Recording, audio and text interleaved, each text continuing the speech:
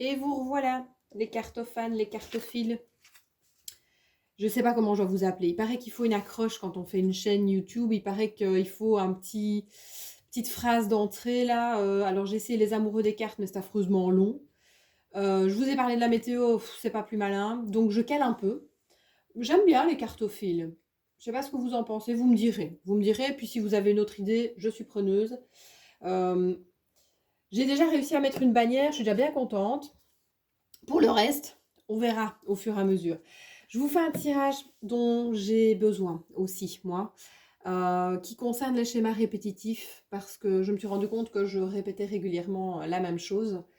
Et vous savez comment ça va, plus on... Comment dire? Tant qu'on n'a pas compris le message, tant qu'on n'a pas compris ce qu'on avait à comprendre, on va avoir tendance à répéter toujours la même chose. Et je vous avoue que j'en ai un peu marre. Donc je voudrais demander aux cartes si elles peuvent m'aider à y voir plus clair, à voir le contexte dans lequel, qui sous-tend ces schémas répétitifs, puis peut-être voir ce qui coince, ce qui me laisse coincer là-dedans, les obstacles. Puis j'irai chercher des ressources, des cartes conseils. Avec le tarot aussi, je vais utiliser les chemins de Qumran. Je vous en ai parlé quand j'ai fait la vidéo pour le Shadow Work. Je vais aussi prendre les cartes lumière de Lise Bertoli. La triade, qui pique toujours quand il faut. Et un tarot, le Night Sun Tarot. Je vous mettrai la liste dans la description de la vidéo.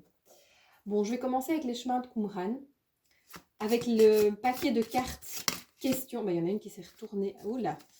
Ah bah ça va. Je sais pas pourquoi, mais je sens que ça va faire mal. Et ça va piquer. C'est... Qui es-tu? Oui. Bah bonne question. Bien malheureux, bien inspiré, celui qui peut dire qui il est.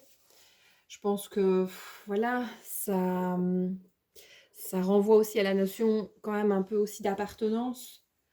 On n'est pas tout seul, je pense. On est quand même des êtres humains, des êtres en relation. Et donc, c'est clair que ouais, on a quand même besoin de savoir un petit peu comment on est en relation pour pouvoir se définir. Je vais prendre une carte émotion du jeu des cartes lumière. Il y en a une qui s'est... Oui, oh là là. Quand je vous disais que ça allait piquer, c'est la défensive. Ouais, voilà. Je vais bouger ma lumière parce qu'on ne voit rien de la carte. C'est vraiment moche. Bon, qui es-tu? Je suis sur la défensive. C'est on ne peut plus vrai. Je vais bouger un peu la lumière, ce sera mieux. Oui, je suis souvent sur la défensive. Et en fait, ce qui se passe, c'est que, comme beaucoup de personnes hypersensibles, c'est un des reproches qu'on me fait le plus. Alors, je ne sais pas s'il y a des hypersensibles dans le tas, mais moi, c'est un des reproches qu'on me fait le plus. C'est tu prends tout pour toi. Tu prends tout à cœur. Tu toujours... tu es susceptible, ça on me l'a fait aussi. Alors, est-ce que ça serait de ce contexte-là, le fait de mon hypersensibilité qui me maintient dans des schémas répétitifs?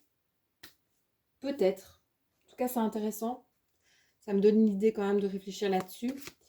On va demander à la triade ce qu'elle en pense. C'est un jeu qui pique beaucoup, hein. Souvent, je l'aime beaucoup parce que c'est comme le Béline pour moi. Ce sont des jeux qui sont très incisifs. Une ou deux cartes et on a déjà un message. D'ailleurs, il y en a une qui est sortie. Ok, le saut de protection, je vous montre. Ouais. Ce que ça m'évoque, c'est que... Alors, ça fait un peu bateau, mais que c'est c'est comme ça. Je ne sais plus qui, je crois que c'est un ami à moi qui m'a dit, mais tu sais, ce qui t'arrive, c'est ton âme qui le choisit. Donc les épreuves que tu traverses, tu es censé être équipé pour pouvoir les traverser, puisque c'est un choix.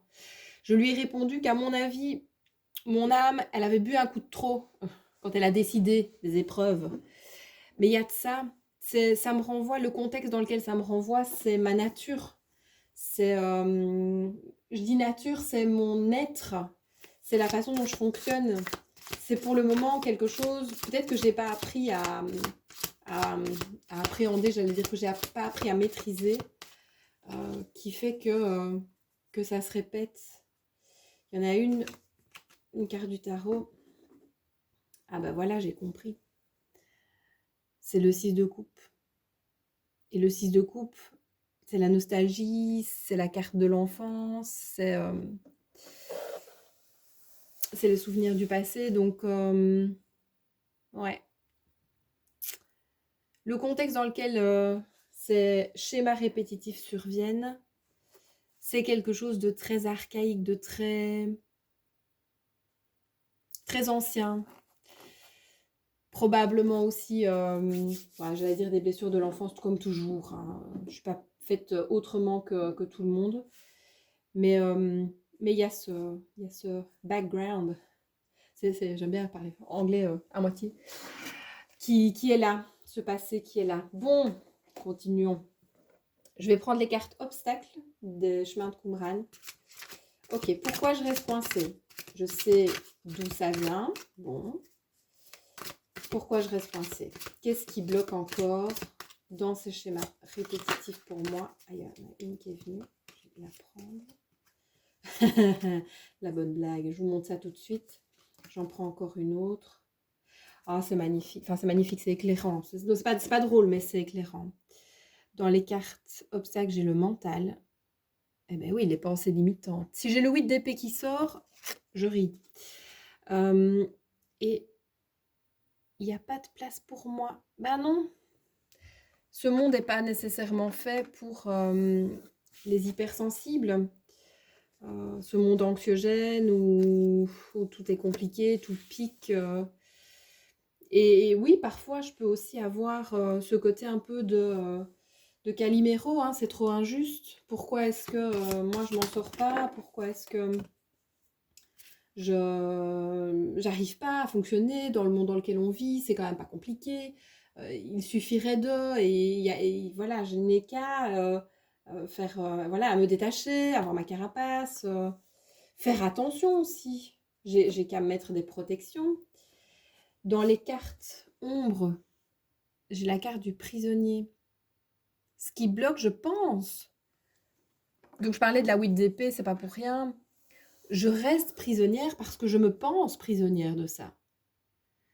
Je m'autodermite, oui, ça c'est mon français reconditionné, on va en parler un jour. Hein, je m'autodétermine comme étant bloquée.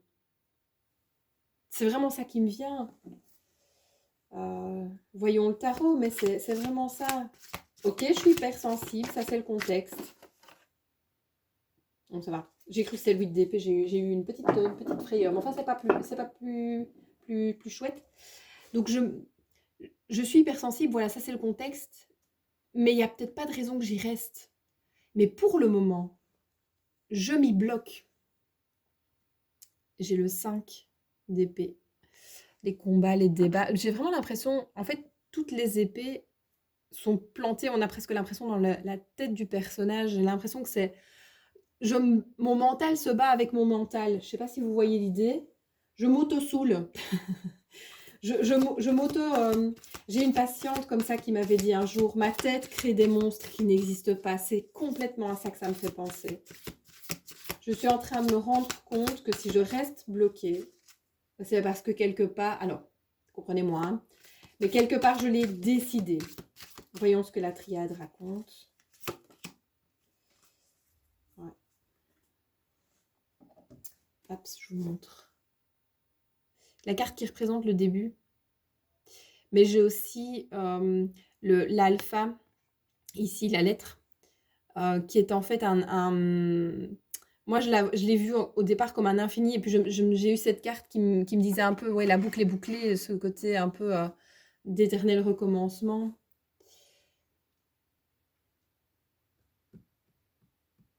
La carte de l'alpha, ça m'a vraiment fait penser à les explications les plus simples sont les plus vraies sont les plus simples. Vous voyez, on dit parfois ça.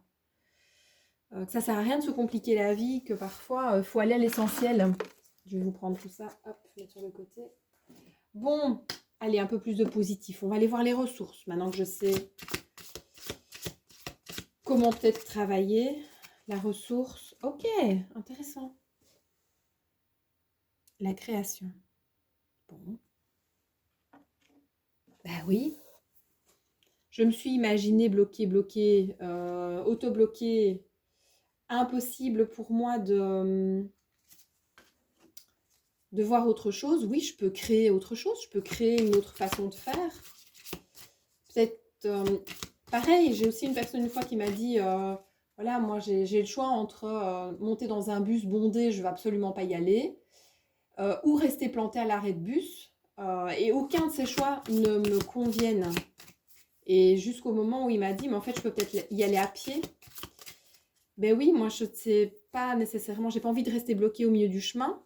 Mais la façon de faire de tout le monde, bah, c'est pas pour moi non plus. Ben, peut-être qu'il s'agit d'inventer une nouvelle façon. Je vais prendre une carte ressources. Oh, c'est beau. J'aime ces cartes lumière. La confiance. Ouais. Création, confiance, avancer sans douter de vos capacités à réaliser vos désirs. Mais oui. Une petite carte lumière pour éclairer ça. Hop. Allez, une petite carte lumière. Toi, je t'ai vu, toi. Hop là. Oh là là. L'étoile. Ça correspond bien au tirage. Quand tout semble sombre et sans issue, laissez-vous guider. Ben, voilà, comme quoi j'ai bien fait de faire mon petit tirage là. J'ai bien fait. Parce que j'ai reçu des réponses. En tout cas, une direction sur laquelle réfléchir. Je vais voir ce que la triade peut rajouter par rapport à ça.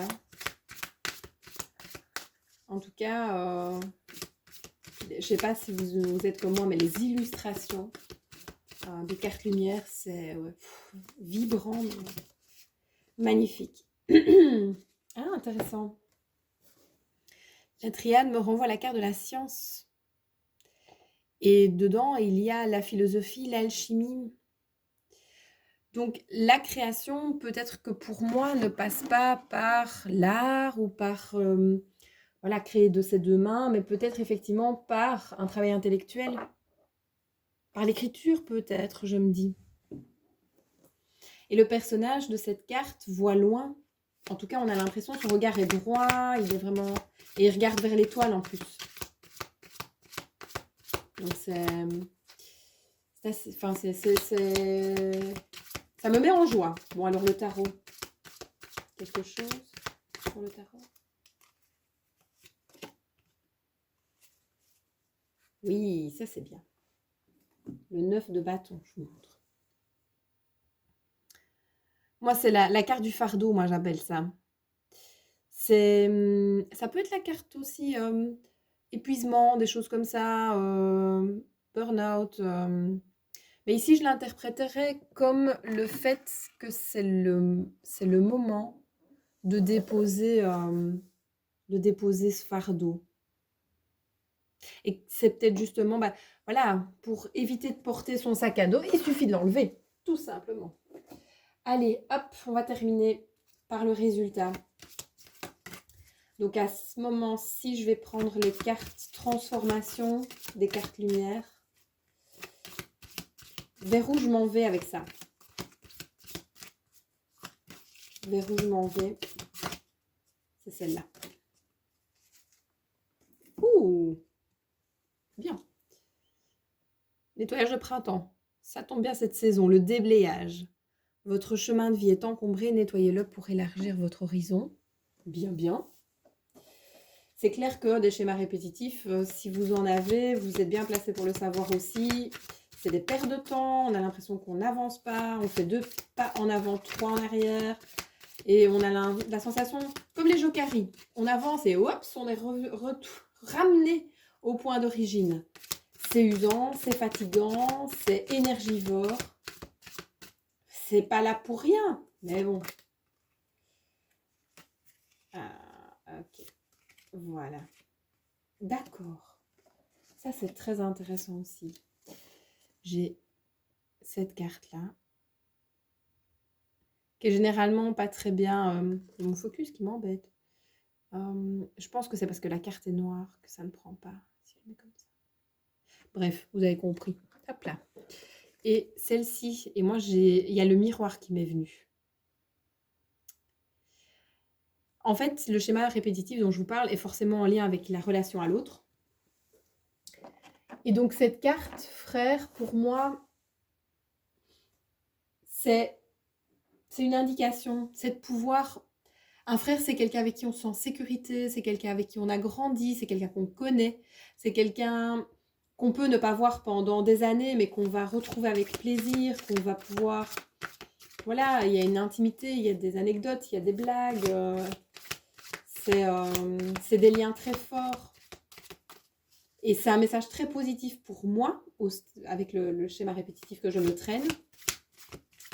Je vais voir ce que le tarot va raconter, mais c'est peut-être la possibilité de mettre un peu ces obstacles, ces peurs, ces questionnements sans arrêt de côté et aller aussi, comment est-ce qu'on dit ça, de manière aussi désinvolte vers l'autre, c'est-à-dire, c'est pas de la naïveté, c'est de la légèreté, d'aller légèrement vers l'autre, sans avoir peur qu'il me foute par terre, sans avoir peur qu'il me trahisse, sans avoir peur qu'il me rejette, en ayant suffisamment de confiance en moi pour aller vers l'autre. Oh, que c'est beau!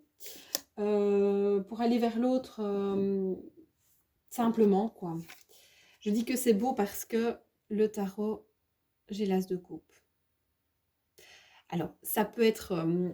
dans le tarot, c'est le nouvel amour, machin, la nouvelle rencontre. Ici, en l'occurrence, ce que je ressens quand je vois ça, c'est une autre façon d'être dans l'émotion. Une autre façon, un renouveau dans comment je peux gérer les relations, une autre façon d'aimer, je dirais ça, si je dois être rapide. Bah, c'est pas mal.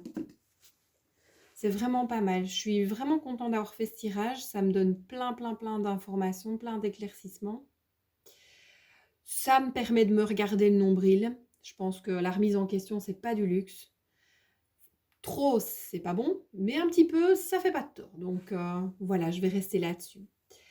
S'il y a d'autres choses qui vous viennent quand vous voyez ces cartes, ou s'il y a d'autres réflexions, ou si vous avez trouvé une phrase d'accroche, n'hésitez pas à me le mettre en commentaire. Je serai vraiment ravie de vous lire. À très bientôt.